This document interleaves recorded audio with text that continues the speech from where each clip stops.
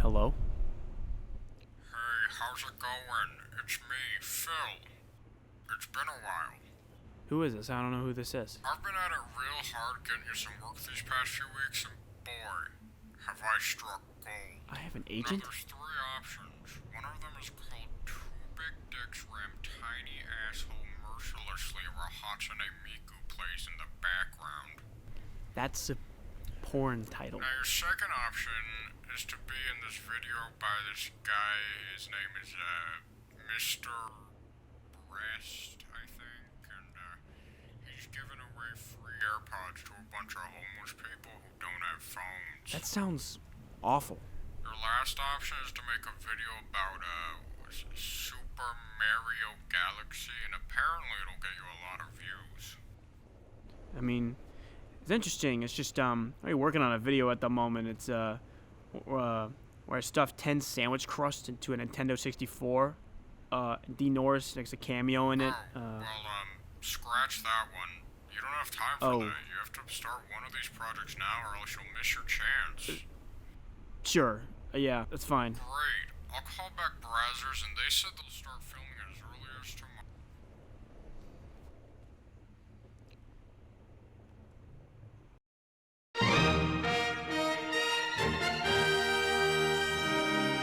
Yeah, kind of mid. I mean, it could probably use some kind of numeral.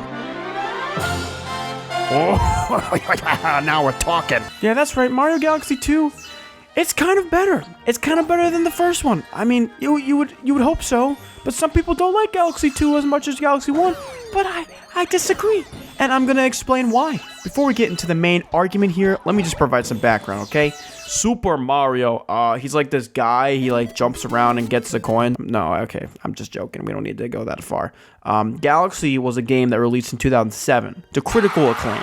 At the time, this YouTube commenter even said, "Oh, wow, I love this game so much. Sharon, I miss you." This game's release, like many Mario games, pushed the franchise forward in many ways. I mean, there's the spherical platforming, beautiful looking graphics that still hold up today, an orchestral soundtrack for the first time in the series, and probably the most important change added, the development of that 3D Mario formula.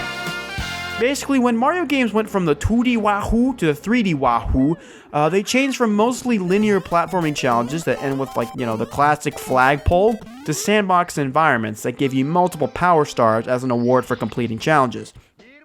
For example, in Super Mario 64, there's just a niche little level, you may have heard of it. It's called Bob-omb Battlefield, and after you find it in the hub world and almost concuss yourself against its painting, there's a star where you have to climb up the mountain and fight a boss. Okay, pretty straightforward. And then there's one that comes after that. You have to race Koopa the Quick. And then there's one that you're, trying to get the star behind the chain chomp. It's just a bunch of tasks you gotta do. And there's a little bit of leeway when it comes to what order you can do these stars in. You could get the chain chomp one first if you knew how to do it, and, you could just be like, actually, f this level. This level sucks. I'm gonna play Thwomp's Fortress instead. You can just leave. At the time, this was pretty incredible. I mean, other franchises weren't really doing this. Crash Bandicoot was a 3D game, but it had linear levels. Pac-Man World was 3D, but it's also a linear game. Sonic 3D Blast was 3D, but... Oh, God. Mario 64 laid a great foundation of what a 3D Mario game could be, and the games after that would play around with that style. Some games would just completely derail themselves from it, like Super Mario 3D World. It was a 3D Mario that came out in 2013, but it was actually really linear, and end of levels would be like flagpoles, like the 2D games. Super Mario Odyssey, released in 2017, probably went the hardest into the sandbox exploration, because it has these large, sprawling levels with a crazy amount of these moons you gotta collect in each of them. But what about Super Mario Galaxy? Where does that put Mario Galaxy in all this? Super Mario Galaxy is a sandbox Mario game that kind of just leans a lot towards the linear direction. I'd say it even falls right in the middle of the spectrum, more like Sunshine, but more open than 3D World. You're still trying to get stars, but the levels are less open. There are smaller planets that are separate from each other, but come one after each other sequentially, so it kind of puts you on this straighter path compared to the previous games. For example, that first level of Mario Galaxy, Good Egg Galaxy, throws you into a planet that doesn't really have a clear indication of where to go, so it's not like the most linear thing in the world. But you explore the planet further, collecting the star bits and the coins and such, having a fun, silly old time until you find the way to proceed via the launch star that kind of just appears in front of you once you find it. And you're off to the next planet with another objective that might be non-linear, maybe is linear, maybe kind of both. Sometimes a galaxy can just be one planet. I mean, you just get the star for finishing that planet, and then that's it. It's almost like each of these planets are their own little bite-sized versions of the Mario 64 maps, and now there are just hundreds of them everywhere. This makes this experience a really interesting combination of both linear and non-linear Mario. But does this combination make the game worse? You know, despite what some people may say, no. Honestly, in my opinion, it makes the Galaxy games perfect, as they balance out linear Mario with that sandbox Mario feel really well. There's some exploring you have to do, but with the smaller, fragmented planet, it's much more straightforward and leaves much less opportunity for confusion or getting lost. Now, some people might be fans of getting lost in a game and, you know, being confused for hours in the sprawling world. And you know what? That's fine. You know, I'm a big fan of those games too, but the linearity mixed with the non-linearity works really well for Galaxy. But what about Galaxy 2? Why is this one so much better than the original one? Why is it better? Well, Galaxy 2 is very similar to the first game as a whole, but in its execution, it trims down much of the fat the original game had, and then adds a bunch of extremely fun ideas on top of that. It starts off pretty much exactly like the first one, except they just trim down everything about it. Galaxy 1 had like this opening sequence where you're in the Mushroom Kingdom, right? As expected, you know, as you do. Until all of a sudden, there's just this hard-ass cutscene of plays where there's a full-blown assault onto the castle, and then Mario's like ducking his head and dodging a bunch of cannonballs raining down, and then all of a sudden there's like a UFO that appears. It's a lot of stuff, you know, especially for a Mario game. But, Galaxy 2? Get the baby star, Bowser, get the princess, go. It is almost astounding how different the intros of these games are from each other. I mean, the first game was trying so hard to be the most epic thing ever, but the second game just starts immediately, and it has very little exposition. If there is exposition, it's done very quickly. So, is this a problem? Well, okay, let's think about it, alright? That guy right there, that guy in red, who is that guy? What's the deal with him? Who is that? Is that Walter White? Is that Tony Soprano? No!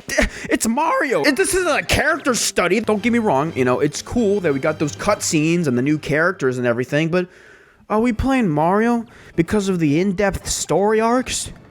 No! We just want to get to the game, goddammit! Mario Galaxy 2 also introduces new characters, and dare I say, they're much more interesting. Yeah. I said it. After you play the first level, which actually acts as the first level and isn't some weird tutorial stage, you go back to this game's hub world, the whole planet. But you meet f***ing Lubba, dude. Oh my god, Lubba. I just want to kiss him on the mouth. I mean, he's just like, hey, we need power stars, dude, so we can turn the whole planet back into a starship and you know, save the princess. So yeah, I mean, we can make it look like your face if you want. I mean, we can do that. That'd be kind of cool. I mean, I don't care what anyone says. This is just so much cooler than what the hub world was in the first game. I mean, it's the silliness of it and the less serious tone. It just fits so much better. It's so much more fun and so much more interesting to me, you know? I mean, for a Mario game, yeah, a spaceship that just has Mario's entire likeness plastered all over it, it just feels right. From a gameplay perspective, the hub world is streamlined too.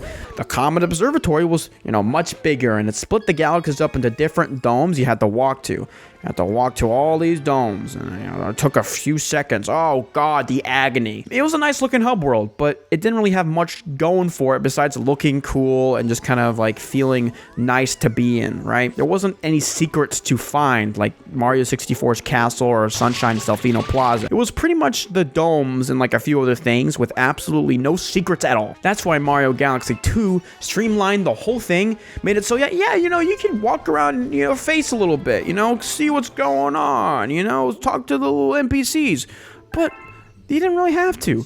All you had to do was walk onto the little spaceship wheel, and then all of a sudden, oh, look at all the levels are just right there. Oh god, a world map?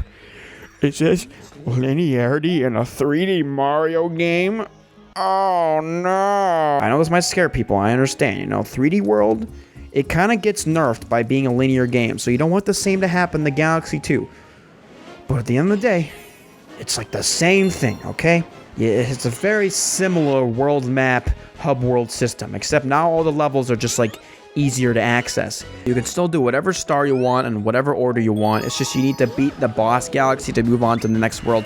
It's literally just the same as the first game. But one thing you could say was special about Galaxy 1's hub world was the Rosalina's storybook sequence. To access this extra bit of story, entirely optional, but despite that, they added so much to the experience of Galaxy with just this little storybook, this little piece of lore, and it was just extremely heartwarming to read. I gotta give credit to Mario Galaxy on this one.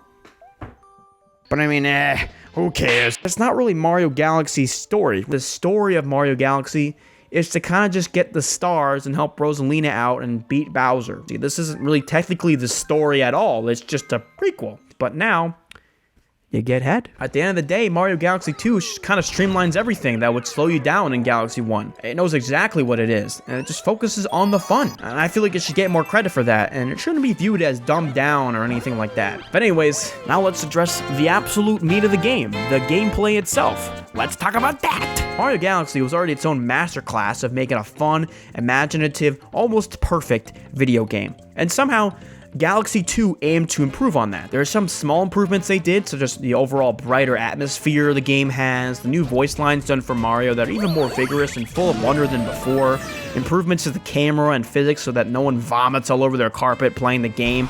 So many things were accounted for here. The ideas they had for this game are nothing short of incredible. Of course, Yoshi is present in this game, and his inclusion just added so much. I mean, it's just like how he was added in Super Mario World. An underrated aspect of Mario Galaxy's gameplay is the use of the Wii pointer, and now with Yoshi, you're just inclined to enjoy that even more. You can like eat up chains of enemies, you can shoot things from his mouth, pull things with his tongue, and just fling yourself around. It's incredible. But they wouldn't stop at just that. There's the spin drill, allowing for some unique puzzles and gameplay. All the fruits that Yoshi can eat, making him run fast, float, or glow to light up invisible paths. The Cloud Flower, which allows Mario to literally create platforms beneath him. The Rock Mushroom, giving Mario the ability to bowl himself at the obstacles in front of him. The return of previous power-ups, like the Fire Flower, the Boo Mushroom, Bee Mushroom, and the Spring Mushroom.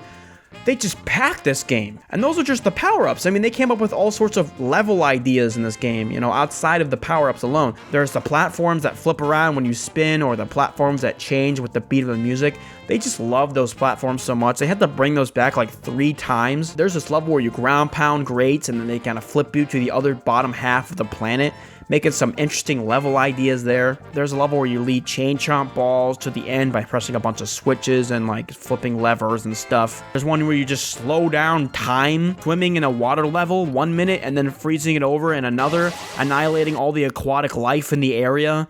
I could just go on and on. Let's also just compare some of the levels, okay? The desert level in Galaxy 1, it just gets absolutely dunked on by the level in Galaxy 2. This one was just so much cooler. The fire and ice level, Galaxy 2 brings that back too. Does it maybe slightly better. The motion control levels with that manta ray dude, it gets absolutely dicked on by Fluzzard the Bird and his levels. Especially the one where he's like flying around this collapsing spaceship and there's a bunch of explosions and like the most epic music is playing. It kind of puts the manta ray to shame. Beach Bowl Galaxy was a neat little beach level, but Starshine Beach, I mean, come on. It just took that open-ended beach level idea, and they just made it like 3 times bigger. And the Piantas are there, woo! Oh, but Gusty Garden Galaxy, oh man, that level is hard to beat. That's like one of the best levels ever. It's got the iconic theme, the beautiful atmosphere, apples. But Cloudy Court Galaxy, it's got that in its own way, it's got that whimsical feel, it's got that amazing music, but it isn't derivative of Gusty Garden in any way, so I say it's kind of its equivalent. Cosmic Cove Galaxy, the one where you start freezing the aquatic life, probably one of the best water levels, ironically, and is honestly up there with, the extremely calming galaxies like Space Junk Galaxy. Both of those galaxies are just so awesome to play. You're just always looking forward to those because they just are so relaxing. Space Storm Galaxy has a great aesthetic and level design right up there with Battle Rock Galaxy, but Space Storm has this like really dark, mysterious vibe about it that makes it stand out a lot, and the music sounds really non-Mario-like. It sounds like it's from a film score. It's crazy. Oh, and of course the lava level, Galaxy 1's lava level, Hard to beat that one, but holy shit, what is going on? This is literally on the surface of a star, and there's a bunch of lava dragons trying to eat you, and the orchestra is absolutely popping off in the background. This game just excels at crafting moments like this. Last but not least, there's just one level that brings it all full circle, right? They snuck in this one right towards the end. Throwback Galaxy, a recreation of the iconic level from Super Mario 64, now put into this game with its own unique spin on it. It's very fitting that they bring back this level and kind of pay tribute to a game that is pretty much just as wonderful as this one. Even if this game is a more linear take on 3D Mario, especially now with the addition of checkpoint flags and world maps, I still think it's derived from the creative nature of the 3D Mario games as a whole, with how progressing forward is always done in a very interesting manner, and very infrequently just kind of a boring, narrow path. To say this game is not an improvement upon the original, it would be a massive disservice to the amount of love and care that went into these levels, and delivering something that knocked everything out of the park. Once Super Mario Galaxy 2 released for the first time, and I was like 6 years old, I got it the day of, and I just could not put it down. I mean, all I can think about is how I played this game for the first time, and I was just so excited and happy to play it. I mean, just taking in the vibrance and color of it all. To me, this game is just a pure symbol and representation of the pursuit of the purest joy imaginable in a video game. And for that, it's my favorite Mario game. So yeah, Galaxy 1, it fucking sucks. That was a fun one. Hopefully I didn't piss too many people off.